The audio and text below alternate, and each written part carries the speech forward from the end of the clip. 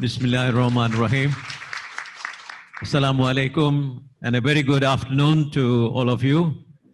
The Master of Ceremonies, Nazri Michael Yo, and other distinguished Your Excellencies from various embassies, and more importantly, the participants to this very important summit that we are having with ASEAN Leadership Platform. So for braving the COVID and taking your time to be with us, I would like to invite all of you to congratulate yourself for your great presence this afternoon.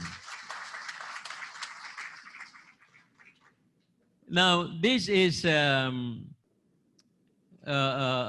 panel session on digital ASEAN, digitalization and transformation. As already said by the Master of Ceremonies, we have distinguished speakers and panelists from across the ASEAN, and I would like to welcome all of you in this platform. Although you are remotely far, but your presence is being felt here very, very strongly, and we again congratulate you for joining us this afternoon. Welcome. Thank you. Now, digital ASEAN, of course, I have to say the bold presence of Dato Henry Go here, keeping me company, otherwise I'll be very lonely. Digital ASEAN, I think digitalization and the migration to the digital economy is not only in ASEAN, it is a global effort. Some have been very much advanced in this process, and they have been utilizing advantages, but countries in the ASEAN have been late on the scene, and suddenly they find that the COVID pandemic is giving them the sort of a boost and thrust to accelerate the process of digitalization.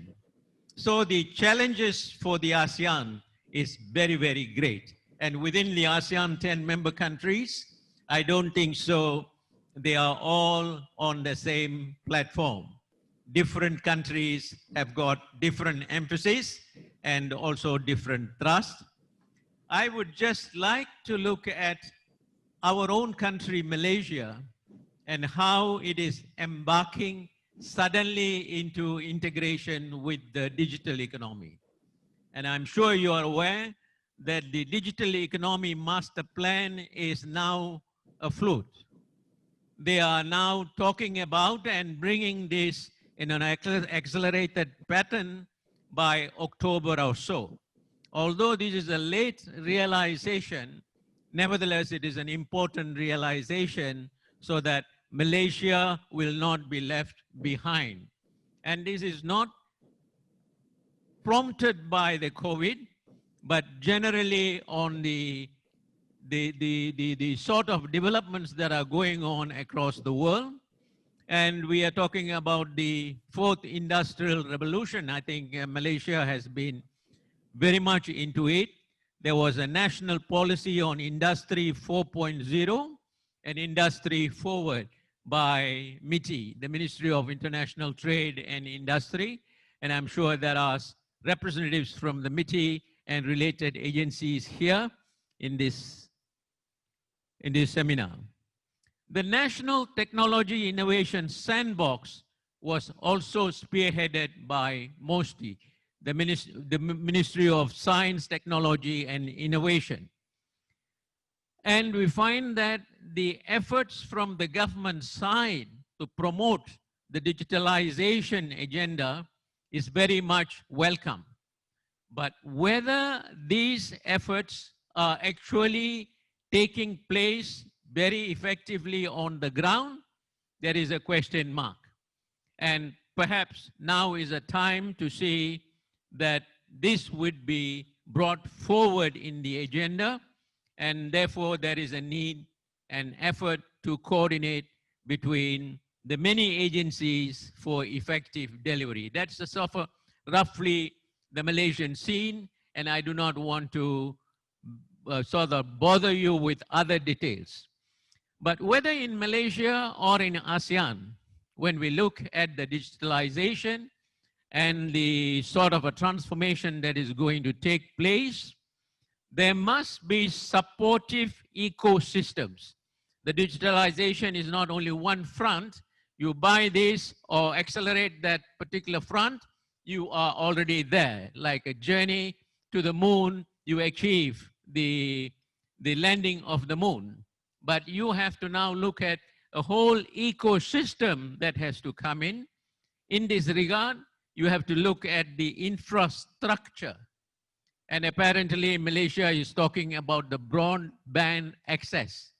And still we haven't got right across Malaysia broadband access.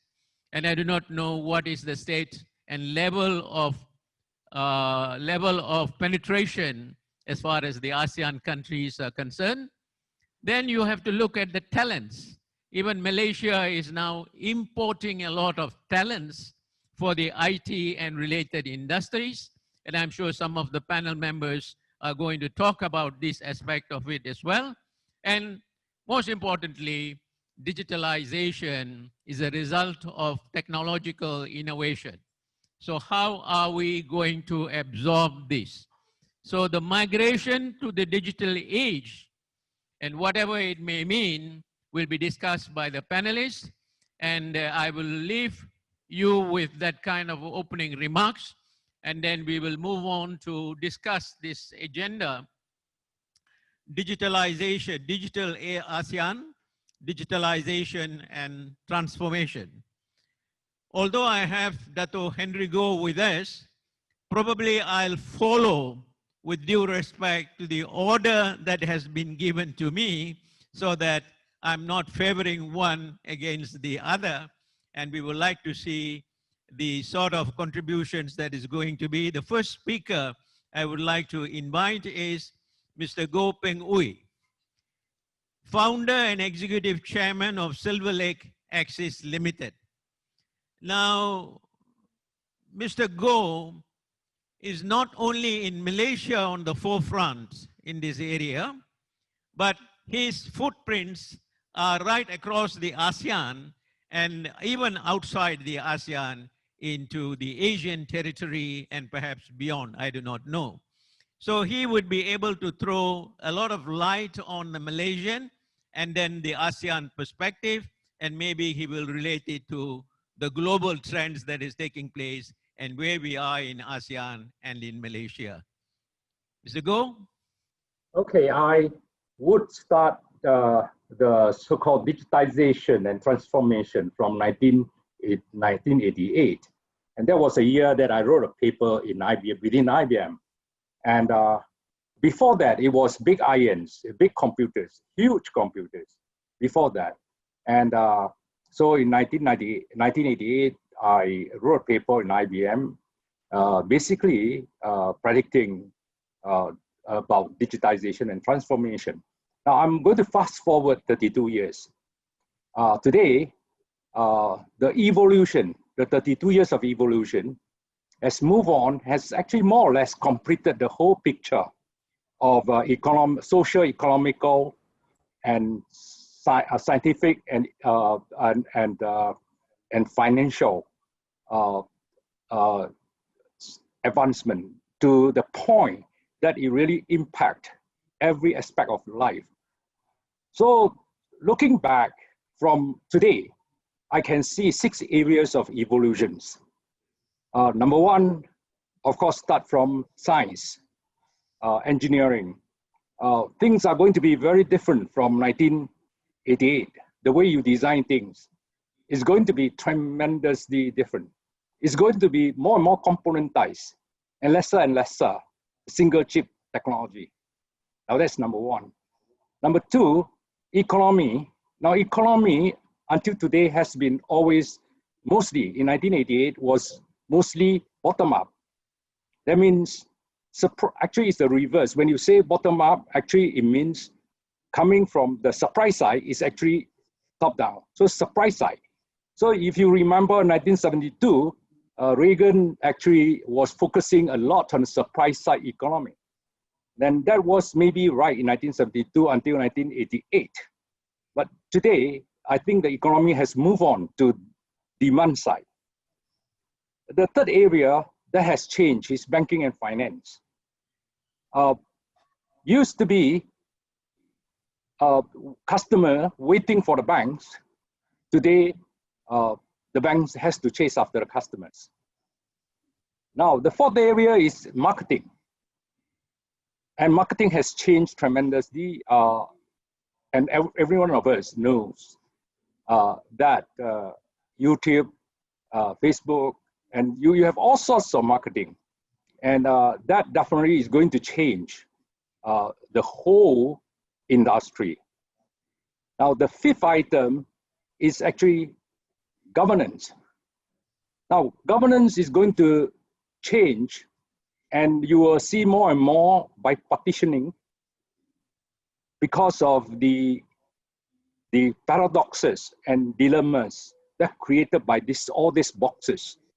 The pull and push forces of these the previous four boxes will cause another change other than governance, which is called money. The money is going to be another problem that we are going to face soon.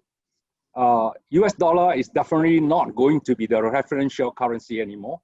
So there's a new term that is called gold-like asset. So more and more people are looking for gold-like asset. It is not necessarily gold, but things with the properties of gold, durability and demand. Things that has durability plus demand. So these are 6 areas of evolutions, of disruptions, of transformations, now which I actually wrote in a mathematical form. And let me bridge the 2 period of time, 1988, today. From 1988 until today, I have built 129 companies. Now why? Because there are so many areas to cover, and problem solving is in real life is so much non-theoretical. You have to make sure your people understand what you are trying to do. In fact, they will always tell you you are wrong. If they are smart, they will tell you you are wrong. And it will take you a lot of time to explain to them why things are going to change. And that is one very important things to remember. Experience-based decision-making is not going to work as well in this period of disruption. Now, so basically, as of yesterday, which was our board meeting, we have agreed that we will consolidate all the 129 companies into 3 groups: banking and finance, insurance, and there are technical terms for that, which I will skip. And then the last one is called multi-cloud.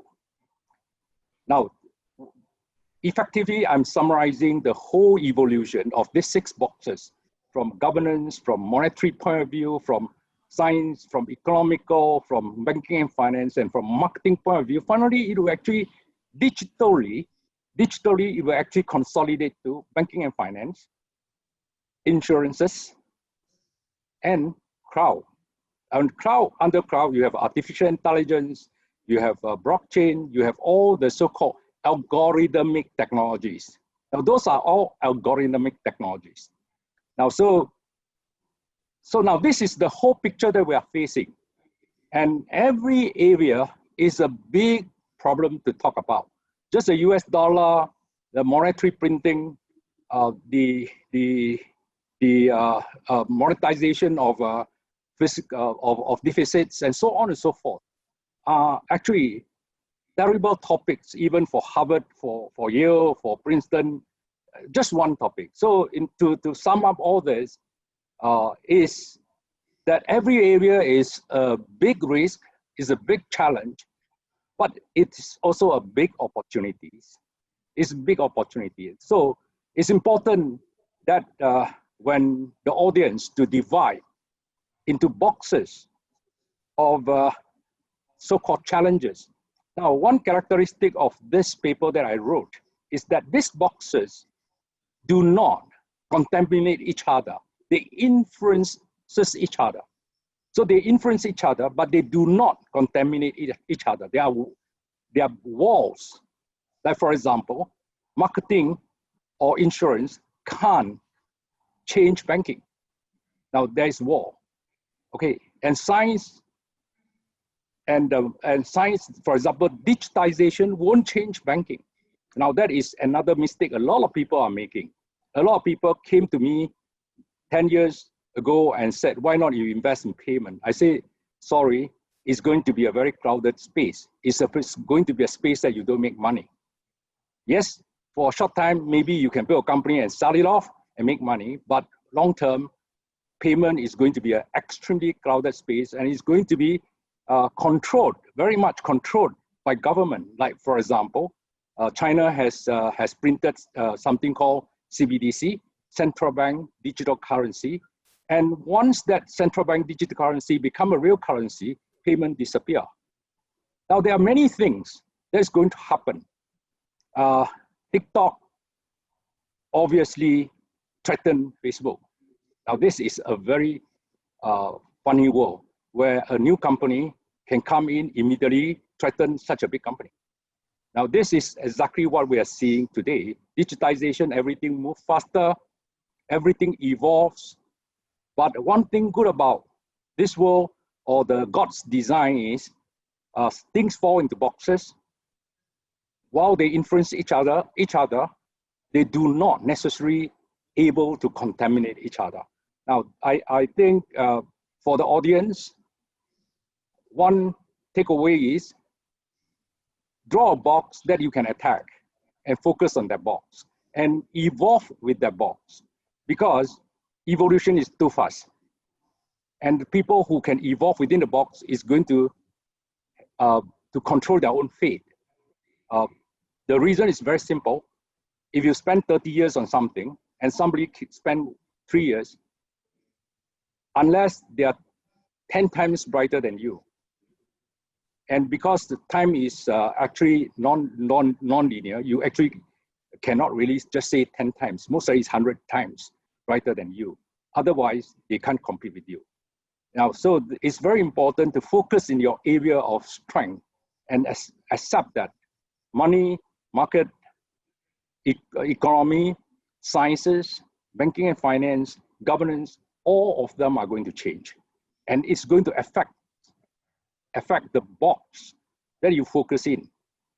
And I think that is the short time that I'm allocated for. So I would like to conclude it here. Thank you. Thank you for your valuable contributions, Mr. Goh. I think you have painted the overall picture as it is happening in the industry itself. And of course, a lot of changes and challenges are going to come in the banking and finance, insurance, and cloud-related algorithmic technologies. To what extent this is now the reality in most of the countries, we will discuss in this panel. With Mr. Goh, we move on to another Goh, Henry Goh, co-founder and chief operating officer of MACROKIOSK group of companies. I think MACROKIOSK is probably one of the new kids on the block. I can say so. And then, as Mr. Goh pointed out, the new one may be small, but it can be a threatening one to big and well-established companies in the digital age. So let us hear from Dato Henry Goh, his views on this ASEAN and digitalization and transformation. All right, thank you. You know, talking about digitalization, and digitalization brings a lot of privileges. Like, for example, the stage is only just the both of us today. I think that's a good privilege. I think looking at the point of digitalization, I mean, everyone has been talking about it, and everyone has been, even before the COVID, pandemic, and even myself, I've been trying to talk about digitalization because that's what my company does. We help companies to go digitalization through technologies and through services that we have to offer. However, of course, now because of the COVID and because of the lockdown that we have, digitalization became a keyword that's even more important than before. I think this is something not just I'm saying it, but I think there's been something that everyone has been preaching and talking about it. But just to share a little bit of the roadmap of things that's happening before this, we have industrialization that happens before, then computerization, internetization, and mobilization, and now, of course, they call it digitalization. However, the thing is that while we want to digitalize many things, we want to try to push towards it, especially the need of COVID-19 now. But the key important here is that there are, of course, like Dato was mentioning, there are a lot of challenges and a lot of disruptions happening now. And I think the main challenge that is happening right now is really that everyone is trying to go digitalization, but they just do not know what to do first. Even governments are facing that major issue. I've been involved in some of the discussion with some of the government agencies where they try to see how we can reshape the economy and try to use digitalization to help the country. But I think the key important here is that I think countries have a bit lack of directions in terms of what they want to do as a whole. And I can see that there are some agencies that are like talking about one direction and the other agencies talking about another direction. But end of the day, where do we want to head towards? And most of the time, before COVID-19, a lot of governments have left it in a way of let the private sector does it. Let the private sector do the work, let them drive technology, let them drive the direction, and then through democratic means or liberalization, things will go the way it goes. But I think the point is that as we move along the way due to the COVID-19 situation, the challenge is then we need to then even more conclusive in our direction and in terms of where we want to bring the nation or even at a bigger extent ASEAN together in one single direction. And the opportunity in that sense as well is that because of COVID-19 now, all the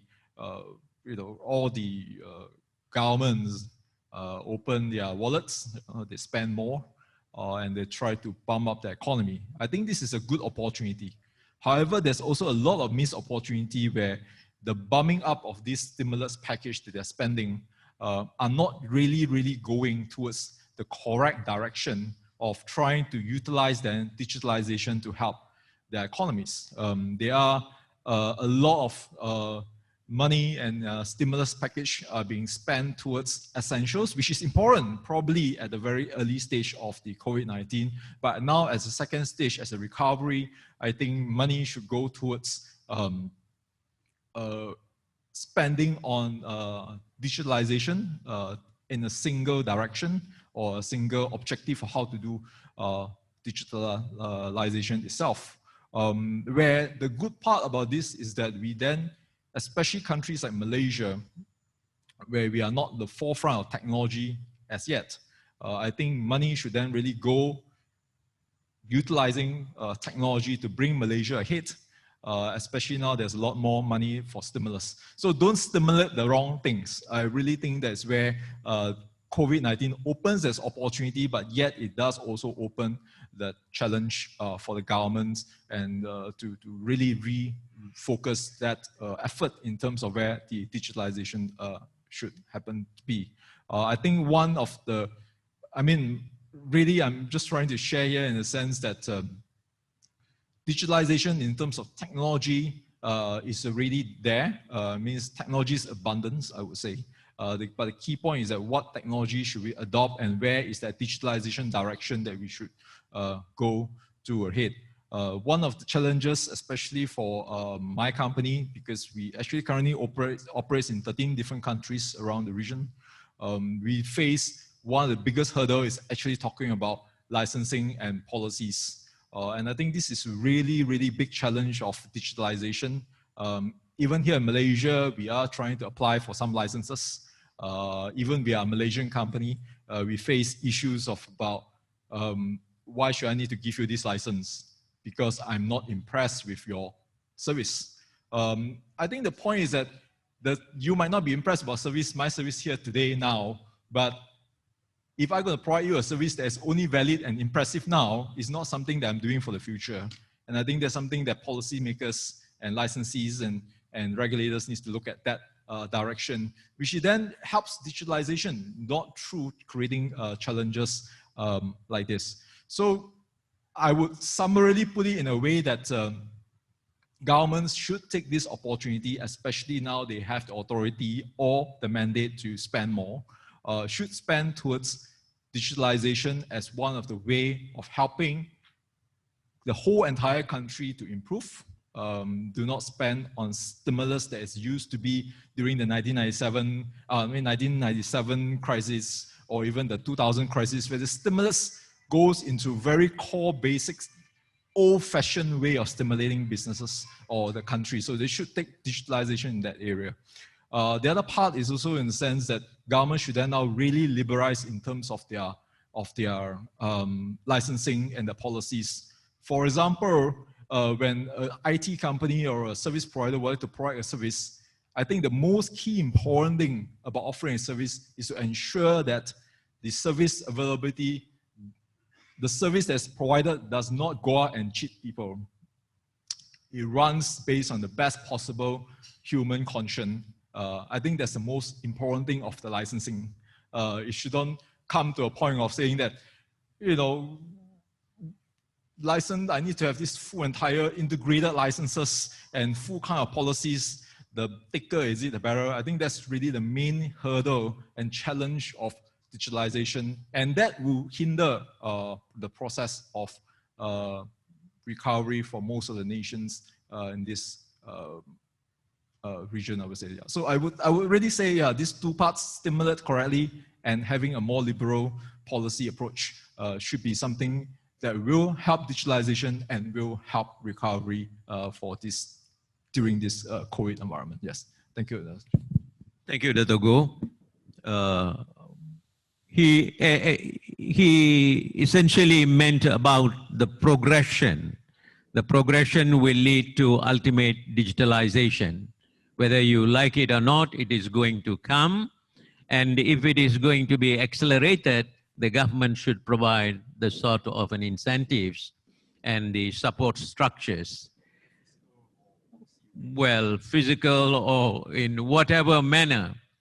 The sort of a reality on the Malaysian side, as it would be in any other ASEAN countries, is that when the foreign companies, particularly the MNCs, come, they bring in the technology and the talent with them, and they are already introduced some of this digital framework in their own organizations. But Malaysian organizations are not in step. They are out of step with that. I think that is the reality which is coming out from the surveys that have been conducted by Malaysian government, particularly MITI and so on. And Malaysian companies are dependent on government handout. I think Dato Henry also mentioned about the stimulus package.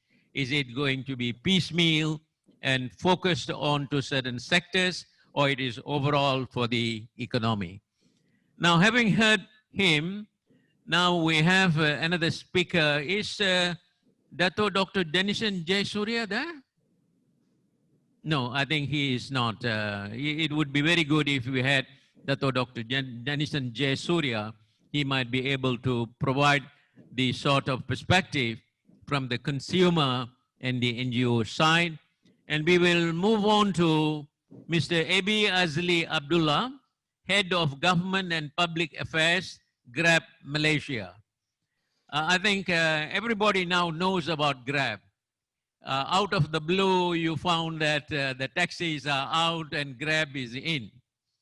And for food, you also have to get Grab. And very highly visible. And how this has been possible is, of course, technological innovation and digital framework. And even small kids now can embrace the technology to order their food from the different restaurants through the Grab service and so on. I'm sure Mr. Abi Azly would have a lot to say on how they have moved into this frontier. Abi? Thank you, sir. I hope everybody can hear me. Yeah, sure. Well, I'm sure a lot of people, many here, whether they are there in Ritz-Carlton or online, knows what Grab is all about. So we started as a homegrown brand. We started in Segambut 8 years ago as My Taxi, as a transportation company. And now we've grown to 10 countries in Southeast Asia. In Malaysia, we have about 20 million app downloads and about 12 million users. So basically, we have 1 in every 3 Malaysians, adult Malaysians using the app, and about 120,000 drivers and riders. And we are now available across a multitude of spectrum: transport sector, food, finance, delivery, loyalty, and of course insurance. And a lot of people will assume that COVID will have no impact on Grab. It did actually, especially on our transportation sector. Our transportation drivers, rider actually was affected badly. The number of trips plummeted from an average of 650K to about 90,000 trips a day. That's a drop of about 86%.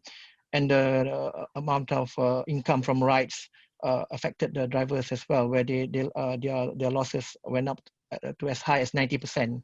On a daily basis. But there were some silver lining. We saw food delivery went up by more than 45% during the MCO, during the peak of MCO. And it actually pushed us to establish new steps where we converted 100,000 of our drivers into the delivery sector.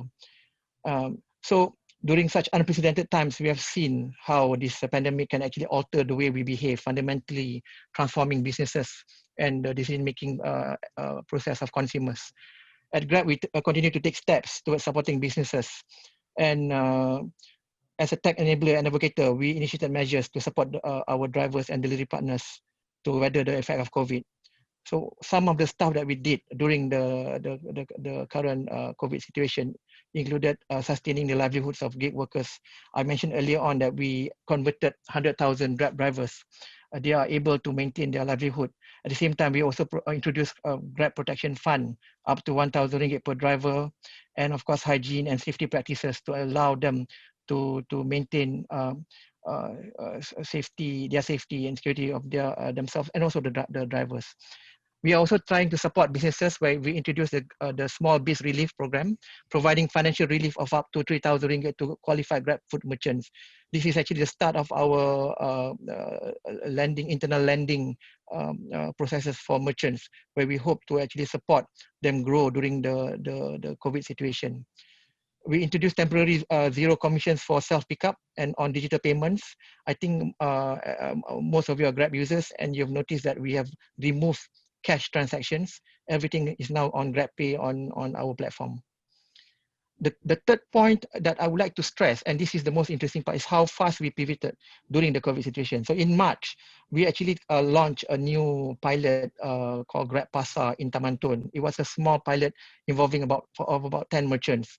And within days, we actually introduced and launched this with the Selangor state government and the Penang state government, where we have Grab Pasar facilities in about 7 pasars in Selangor and about 2 pasars in Penang. And we are planning to actually expand this beyond MCO. As a result of the success of the Pasar initiative with Selangor, we have actually introduced the e-kitchen or e-bazaar initiative during the Ramadan season, where we work closely with the Selangor state government to launch 10 e-kitchens throughout Selangor. involving of about 133 micro entrepreneurs. These are basically B40 entrepreneurs that participated in earlier Bazaar Ramadan initiative in Selangor. So what we've seen during this Ramadan period was that merchants were able to save almost 10% on staffing and food costs, and e-kitchens were able to actually push for greater consistency in terms of food safety and quality control, because we work closely with the Department of Health on ensuring food regulations are adhered to. At the same time, we've seen a growth of 30% on their daily orders. In some areas like Damansara, some merchants are actually registered revenue of 5,000 ringgit a day compared to 1,000 ringgit plus. And this has pushed them and made them realize that being on a digital platform can actually help enhance their business. And they have applied to join our GrabFood platform after the Ramadan. So we saw the value of this, and we are now trying to push this process and program throughout the country by launching digital partnerships with states and federal governments. At the same time, we realized the need to actually push or lobby the government to help develop and expand the adoption of digital practices. So we would like to promote instant retail, where this is a new format of consumption that has taken flight during the MCO. Malaysians can purchase necessities online instead of going to a shop due to movement restrictions. The case study of e-pasar in kitchen has shown that instant retail can actually has a great impact on transforming the way consumer behave. And of course, we cannot neglect the needs of the rural entrepreneurs. We can also establish something similar, perhaps an e-kitchen B40 for those in the rural areas to actually promote their products by being on a platform that is similar to Grab or something new that we can work with government to develop. We would like to also push for entrepreneurs to leverage on digital tools to grow their business. To kickstart, we can actually get the government to work with key partners like Grab or other players like Lazada or Shopee to actually establish promotional tools that they can help achieve better traction in terms of sales. And of course, this will be jointly funded by both government and the private sector. One thing that we've seen also is that there is an increase in demand in terms of job applications, especially during the MCO. We have noticed that on a monthly basis, there is an increase of demand up to 6,000 job applications to be Grab drivers compared to 3,000 to 4,000 prior to MCO. And due to this, and I echo what Henry mentioned earlier in his speech, that there is a need for government to remove some of these licensing components that may hinder the process of adopting or including these new applicants into the job platform. So in our case, that includes the need to remove PSV license requirements to allow this to be done digitally. We can introduce digital quality control, digital learning, digital enforcement due to the use of the app in managing and enforcing this rule.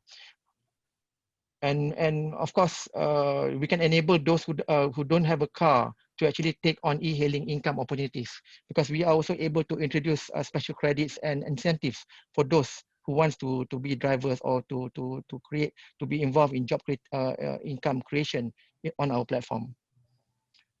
So these are some of the initiatives that we took and we implemented during the MCO scenario, and we hope to actually work with the respective parties and relevant agencies to actually create a better environment for all. Thank you. Thank you, Abi. Your perspective of bringing the digital technology to the people, actually to the bottom rungs of the people, to B40 and the group, and generally across the economy, by looking at the consumption pattern of the people and how effectively the delivery can take place, bridging the two from the producers to the suppliers. producers and suppliers to the consumers. Good. I'm sure there are bubbling questions about Grab from the participants here. Later on, we will take up those questions. Are we having Mr. Kok-Chin, Smart Cities Networks Singapore? Yes, he is online now. Mr. Kok-Chin is the chairman of Smart Cities Networks Singapore, and welcome to give a Singapore perspective. And I'm sure in the ASEAN, Singapore probably is a sort of a leader when it comes to technologies, and particularly the government support to provide the services to the people. And I'm sure your views would give you a different perspective from what the Malaysian side has been presenting a while ago. Mr. Tay? Thank you so much. Thank you so much, and good afternoon to everyone. I will not only give a Malaysian perspective, but I will give an ASEAN perspective, because I work largely in ASEAN. And by the way, I was born, bred, and educated in Malaysia. So I am, in a way, at heart, a Malaysian. Nevertheless, let me share in the recent years that smart cities has been around. I noted that Mr. Peng was originally from IBM, and I was from IBM too. I spent 5 years, and the last 3 years of my time with IBM, from 2011 to 2013, IBM launched this thing called Smarter Planet. And I was the head of the Global Alliance for Smarter Planet. And I project managed the Singapore Smarter Cities Challenge. But well, I was told that it's okay. Thank you so much. Thank you so much. Singapore took the leadership in announcing the ASEAN Smart Cities Network in 2018, as shown on the slide. And that's, to me, is the beginning of the smart cities movement in ASEAN. And I will really summarize that within ASEAN, there are 3 main areas, because many people mistaken that smart cities is only for the government. It's not true. It is how you position your smarter cities project. It should be the 3 main sectors of the society: the government, the business community, and the people sector. So when Singapore announced the Smart Cities, ASEAN Smart Cities Challenge, the ASEAN Smart Cities Network, we have really tried to rally the community to become and embark on smart cities collaborations. So let me share with you the critical success factors of what does it take for cities in ASEAN to become smart cities. Firstly, it requires leadership. I am the advisor for the Sarawak State Government. We signed an MOU last year. They had the IDEX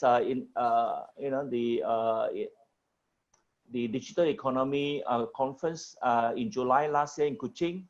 So the Chief Minister announced that they pumped in 1 billion ringgit to put in the infrastructure.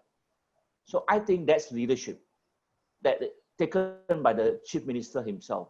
And I can really quote a few more examples of real smart cities. And on the slide that you can see here, last year, Bangkok was the chair. So after Singapore was the chair, and I was invited by the ASEAN Secretariat, and they asked me, right, what does it take for ASEAN to become smart cities? So I said there are only 2 things. Firstly, you must have leadership. Secondly, you must have money. And that's why I quoted the Chief Minister of Sarawak pumping in $1 billion.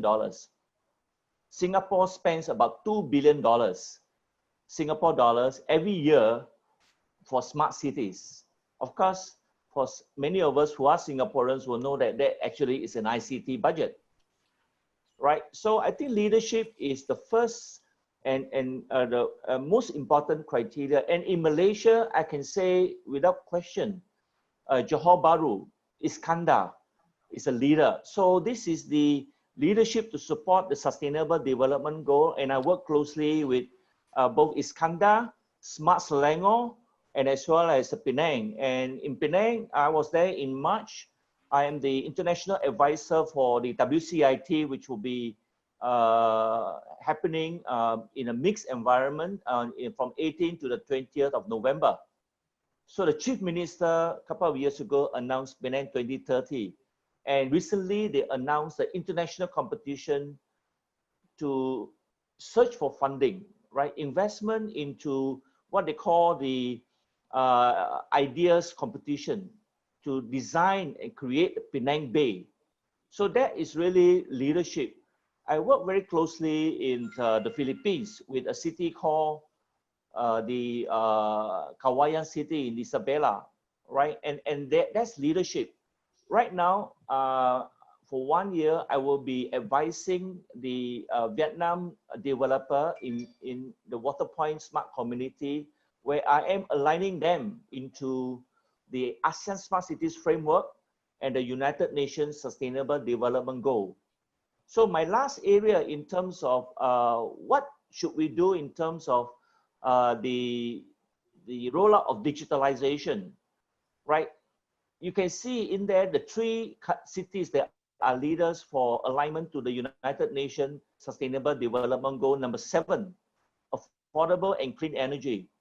And in that sense, Jakarta, to me, is a leader for Indonesia.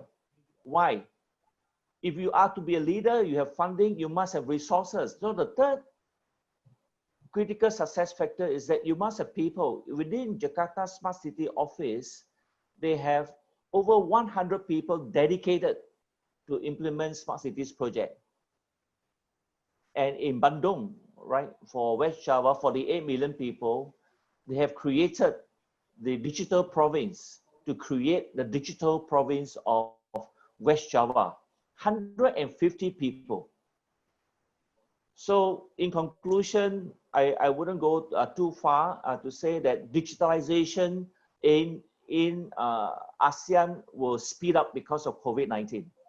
Why? Because people are beginning to figure out which industry is not doing well, they have to shift. And you have heard a great example from Grab, that there has to be a shift towards what is it that now makes sense for the economy, and digitalization will really speed up. Today it is about $1 trillion, and in the 5 years from now, it will be $2.5 trillion. So, you know, I am extremely confident that ASEAN will go digital a lot faster because of the current pandemic. And with that, I will conclude my short sharing. Thank you very much.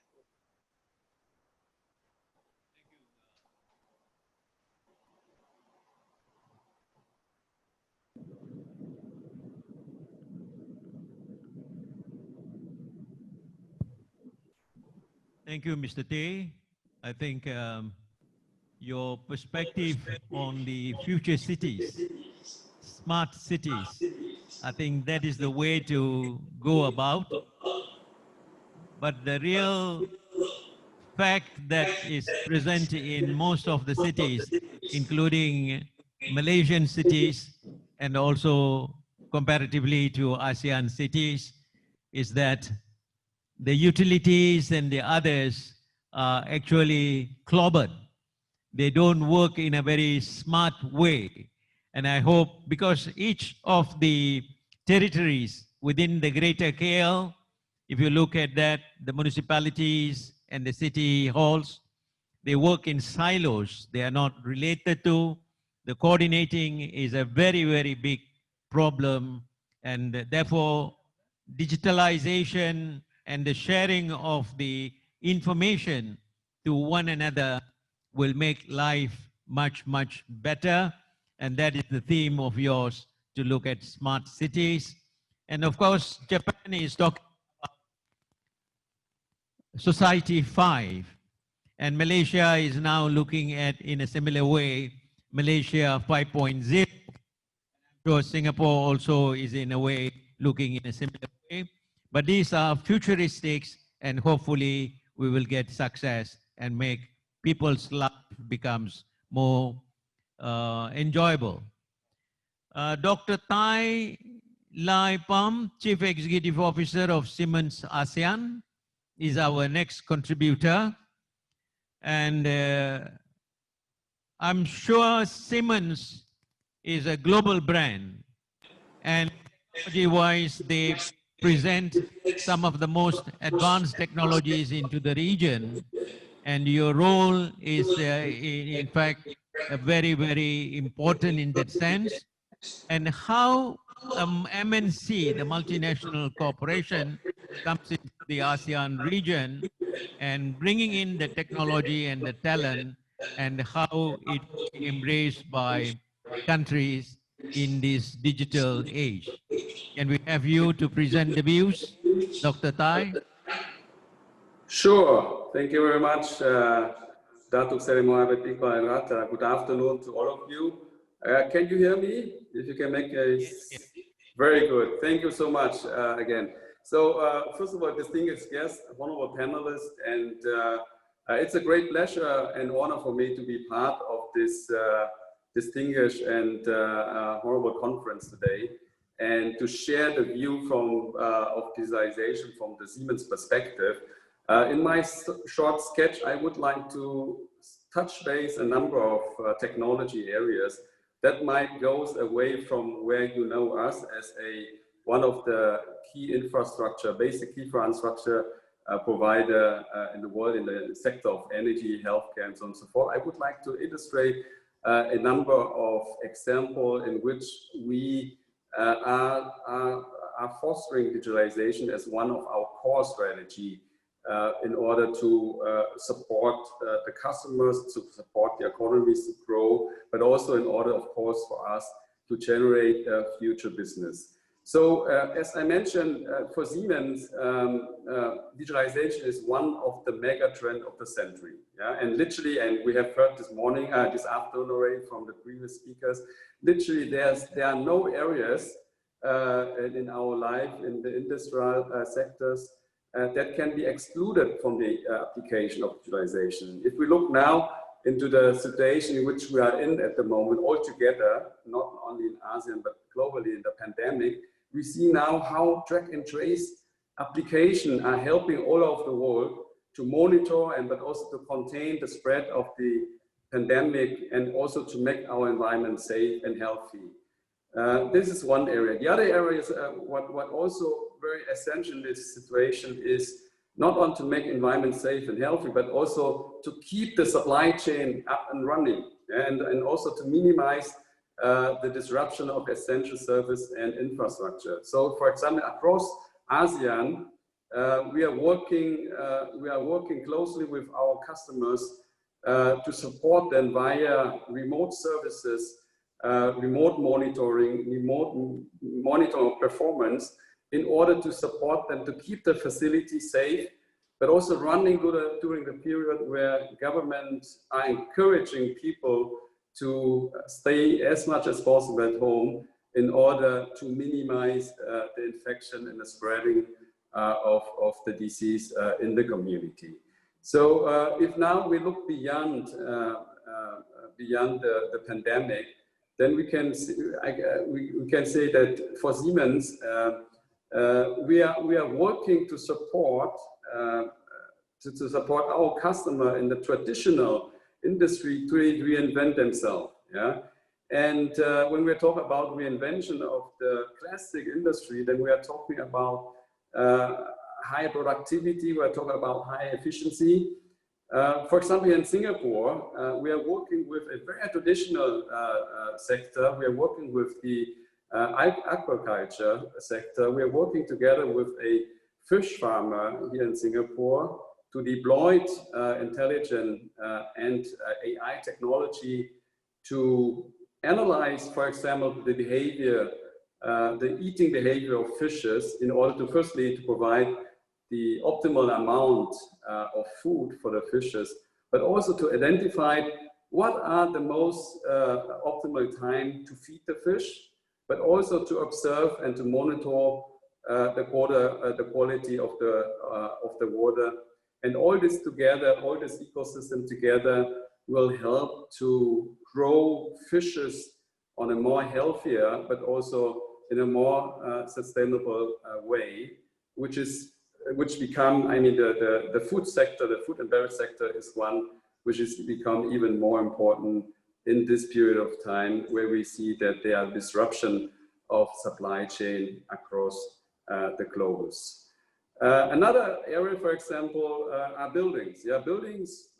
Today we're spending almost 90% of our life in buildings. Yeah, and probably now during a pandemic even more.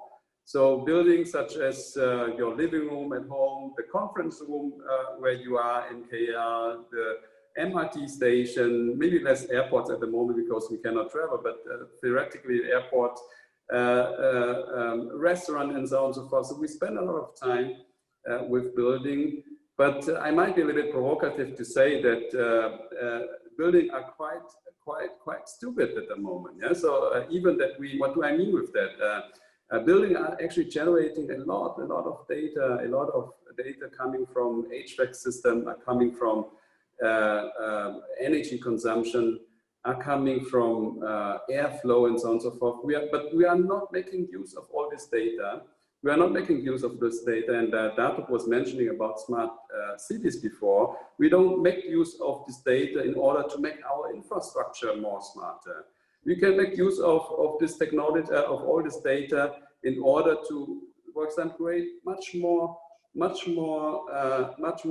user, people-centric environment. Yeah, so that the environment is adapting to the way to ourselves and also the need of ourselves. For example, you can use today widely, and this is something we are actually doing also at the moment during this pandemic, to use sensor technology, to use smart space applications, and together with intelligent building automation system, we can create environment, for example, for hospital, where we can isolate the airflow of patient with COVID infection from patient without the infection, in order to protect them, for example, in environment. Lastly, I believe that, and then we strongly believe that digitalization is also a key that can be deployed and used in order to mitigate mankind challenges such as climate change, which we all know has a high impact to our region. We can make use of digitalization technology to better manage and to utilize the green energies which we are producing from solar, biomass or wind, through a better deployment of storage technology and then balancing of the on-demand side. Mr. Go was mentioning in the beginning, we are going away from the supply economy into a demand side economy. And then we can make use of all this technology, utilization technology, in order to balance the demand side to more cleverly and smartly leverage of using of lighting, heating, and mobility and e-mobility, for example. To conclude my short illustration on technology, I believe that for ASEAN, as probably the fourth or fifth, depending on where you're looking into, the largest economy in the world, and with increasing attractiveness of FDI, also coming from the disruption from the pandemic, but also the different trade war tension, attracting more and more FDI in the region. I believe that digitalization is one of the key levers to make our countries in the region more competitive. Yeah, so to prepare ourselves to leapfrog in order to grow, but also by doing that, by upgrading ourselves. And if we do it rightly, I have no doubt that is possible. We have done in the previous year, even before the COVID time, which accelerate everything, as we learned also today. We have already a very good example in the region where we are adopting Industrial 4.0 technology in the region. I just want to mention one example where in Vietnam we are helping a Vietnamese startup automobile manufacturer to develop or to manufacture a Vietnamese car made in Vietnam in less than 24 months. And this is only possible when you are using visualization technology, when you start the design process to manufacturing and execution, whereas everything is virtually done digitalized in order to shorten the cycle of production and development, but also in order to ensure the quality of the product. So I strongly believe that digitalization is one of the key levers for the competitiveness of the region. And if we do it right, this is also one of the key to improve the quality of life of the 600 and more million people in our region. Thank you very much. Thank you, Dr. Lai, Dr. Thai. I think being one of the forefront in technology, Siemens, you have brought that perspective, and then your presence in the ASEAN. Interestingly, I think there is some comparisons with Mr. Tay earlier from Singapore when he said about smart cities. You are also emphasizing on the building which will be used on a livable and workable format. And this is giving a new direction from technological perspective to a good habitat. And also it's interesting you see that you mentioned about the technology is being applied to farming and agriculture and also for fishing. It is not only the high-end production processes, but you also can go into agriculture and fisheries and so on. Thank you very much. Now we have 3 more speakers. I think we are good on time. It is 2:35 only. We are supposed to close it at 3. But if they try to finish it a bit earlier, then we would have some time for discussions and comments. So from that, we move on to Mr. Vivek Nath. You're on the line now, Managing Director of South Asia, Willis Towers Watson, Singapore. So we have another additional perspective coming from Singapore. Over to you, Mr. Vivek Nath. Hi, Dato Sri. Thank you very much for that. It's a real pleasure to be here. I hope you can hear me. Yes, very well. Great, excellent. I'm going to focus really on sort of recognizing that very clearly there is a lot of opportunities across ASEAN as far as really the digitization goes, and in keeping with that, I'm gonna speak about the risks that I think we as organizations need to start really thinking about as we go down this actual road of really the digitization. And I'm going to focus on 3 things. Firstly is just an acknowledgement that digital platforms are here to stay, but equally also recognizing that with the actual convergence of these platforms, we need to start thinking about new ways in which we really define insurance risks. And then finally, share some examples of some of the work that's already happening across ASEAN in the insurance space in terms of really using data and analytics to sort of make organizations face like the new world a little bit more. So data breaches, credit card fraud, business email frauds, these are just some of the risks that we have had to grapple with, and they have certainly been accentuated over the last few weeks. The 4th industrial revolution, as we have been working on and clearly accelerated as a result of like the COVID-19, is going to lead to some fundamental changes. There obviously is a rapid evolution of like the business model. I think SAP did a survey recently in which 8 in 10 businesses in ASEAN expect the COVID-19 to change their business models, either from a customer-facing perspective or a supply chain. To add to sort of add to this, we clearly have changing employment scenarios, what we famously have been calling the future of basic work, which is who and how does work get done, and how does human interaction and like the tech interaction work, and how do they actually get to productively work that, you know, side by side. And finally, the third thing is, I think, changing workplace models. And this has certainly come to light more in like the last few weeks, but I think the future of the office, i.e. where does work get done, is a conversation that most C-suites are happening. When you overlay this significant transformation on some of the most seismic risks of our generation, the risk of like, the sort of risk of like a pandemic, the sort of risks of cyber, and the risk of actually climate change, we are talking about significant risks that organizations need to start thinking about as they start to think about the future.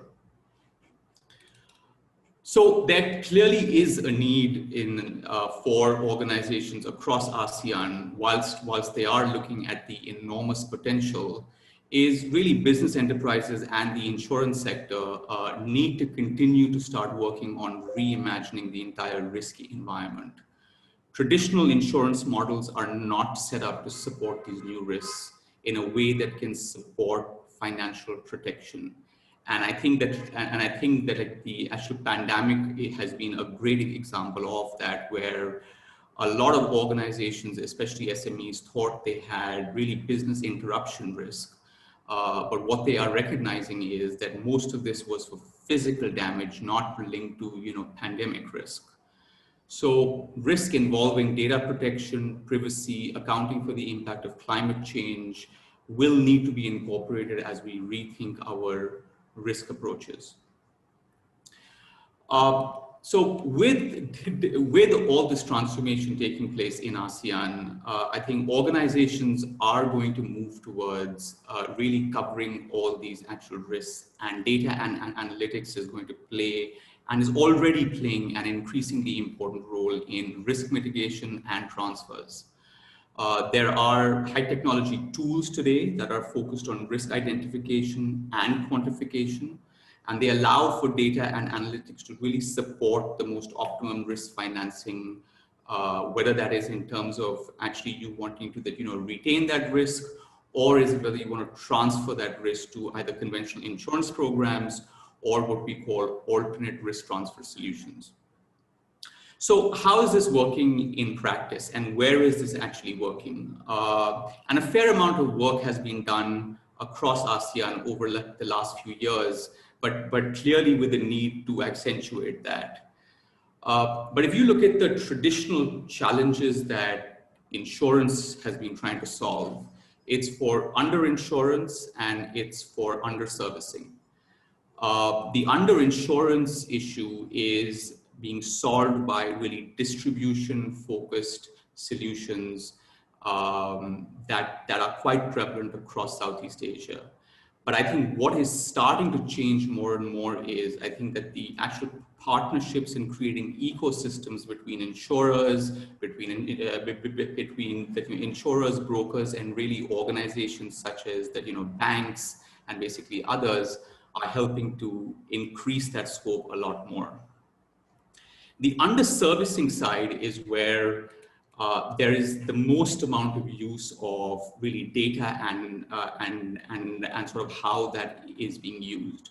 Firms such as ours, for example, have now come up with actual technology solutions where, as a company, you can start to quantify the financial impact of your risk, be it climate change risk, cyber risk, or any other risk. And this allows you then to get a really good view of how do you effectively manage your risk mitigation strategies.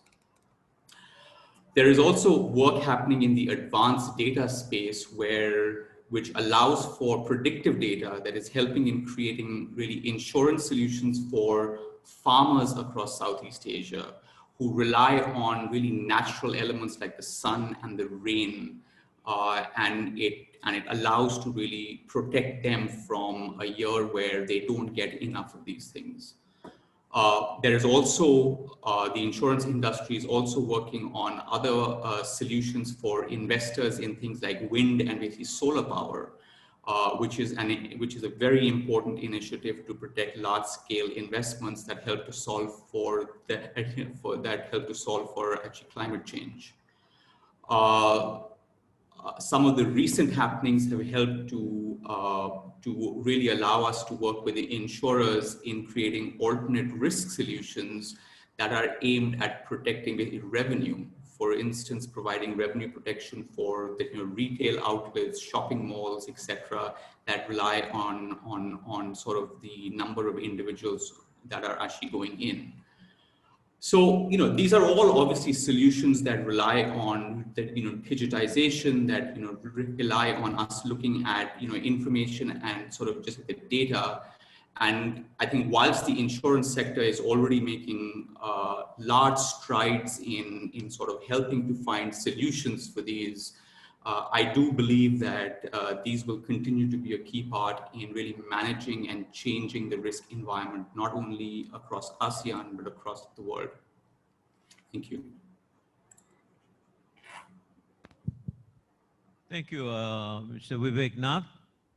I think you touched on a very sensitive area, risks, and the risks that are associated with digitalizations. I think this is the fear. While the road to digitalizations cannot be sort of shortened, it has to be accelerated.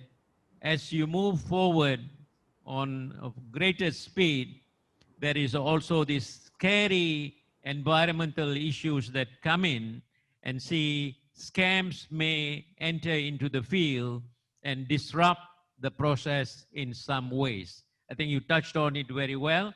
And also you delved quite a bit on the insurance space and the data breaches and others that can take place, particularly in the COVID situation. You'll find that the amount of information sharing and the data being proliferated in many apps and so on would present a sort of a problem to face. Thank you very much for that. And then we move on to Mr. Ravindra. You are there online. Thank you very much. Founder and CEO of LIC Invest in Cambodia. You're promoting Cambodia, I believe, in some ways. An investment advisory firm based in Hong Kong. Although you're based in Hong Kong, but your familiarity with ASEAN is very much welcome. I'm sure you can share some of your experiences. Mr. Ravindra?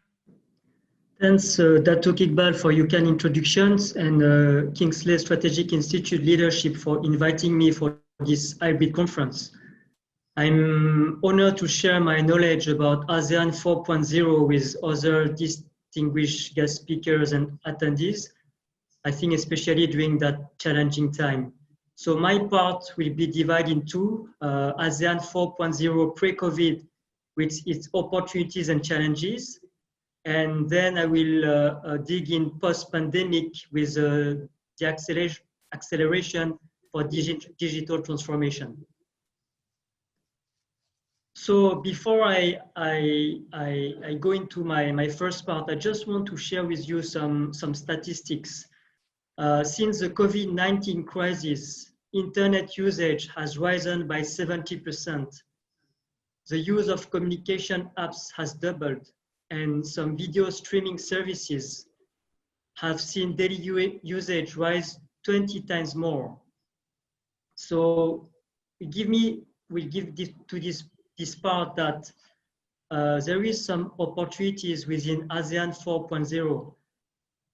I summarize within three. First one is agricultural transformation.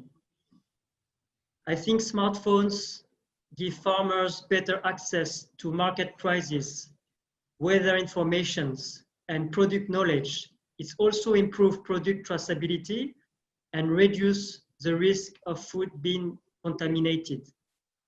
I think that the second opportunity that I can pinpoint within ASEAN 4.0 is allow connecting to the unconnected. I think that new renewable energy technologies that are generated locally rather than centralized power plants can link people to electricity. Also, drone delivery offers an opportunity to provide improved access to vital supplies such as vaccines to remote areas. I think the third opportunities for ASEAN 4.0 is also a tremendous force for economic inclusion. ASEAN citizens will gain access to new sources of informations, such as digital financial services, blockchain and fintech, but also new form of educations, mainly recently also with online course and virtual classrooms. But despite of these opportunities, we have also, I think, some limitations. One of them is disruptions and job losses. With artificial intelligence and robotics, which are rapidly increasing, I think they can perform better and faster than people. The second limitations is also inequality and political instability. I think the impact of the fourth industrial revolutions has potentially accelerated returns to talent and knowledge, but it also can reverse the convergence between countries and also increase inequality. And finally, as mentioned from the other guest speaker, I think that we will find some challenging in cyber attacks because more and more devices, sensor and machine are connected to the internet.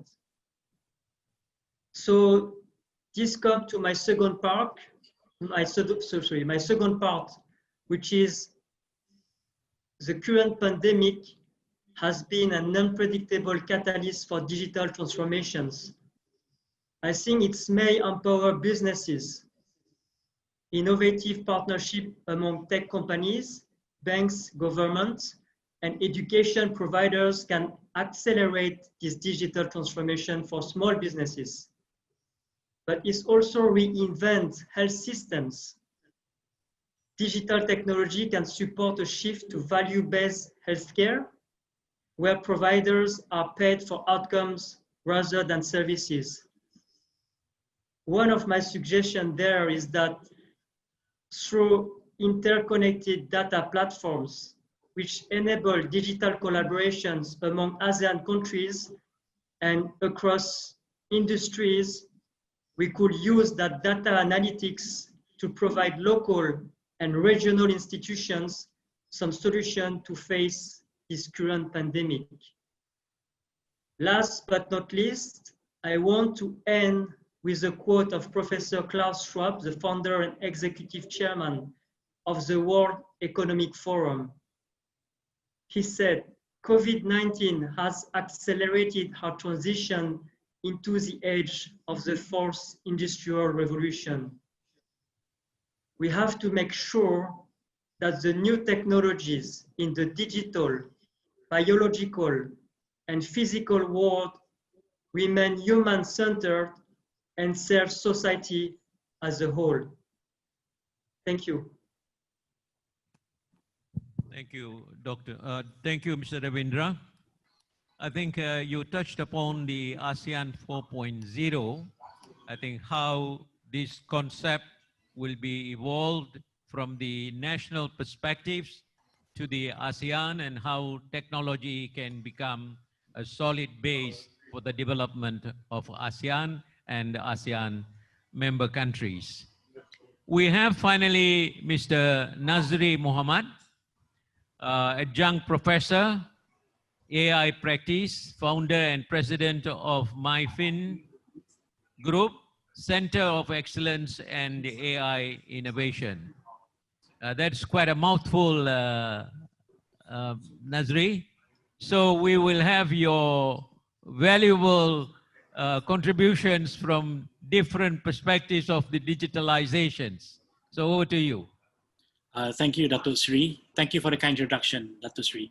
MyFinB is an AI company headquartered in KL and represented in 20 plus countries and regions such as Africa, North America, UK, Central Asia, and the ASEAN region. So we operate in a niche area where we build personalized AI expert systems for organizations to convert any data types into decisioning systems to make decisions quicker, objective, and more accurate. Our mantra these days is called, now everybody can own AI, to make it easier, cheaper, and more impactful for adopters. We're advisors in Malaysia and outside of it to several public agencies, financial institutions, corporations, non-profit bodies in providing in-house capabilities for them to be AI ready. My sharing today is on AI leadership for ASEAN. What does it take for ASEAN leaders, particularly in Malaysia, to be ahead or at least keep up with the rapid developments in this very dynamic, rapidly changing field? And yet it addresses the question, how important is AI for any country? PwC states in its report that by 2030, estimates that AI tech will impact around 10 to 20% of a country's GDP, roughly about 16 trillion US dollars market size. McKinsey expects AI to provide double-digit returns or ROIs in absolute terms between 3.5 trillion to 5 trillion across a bucket of about 10 sectors.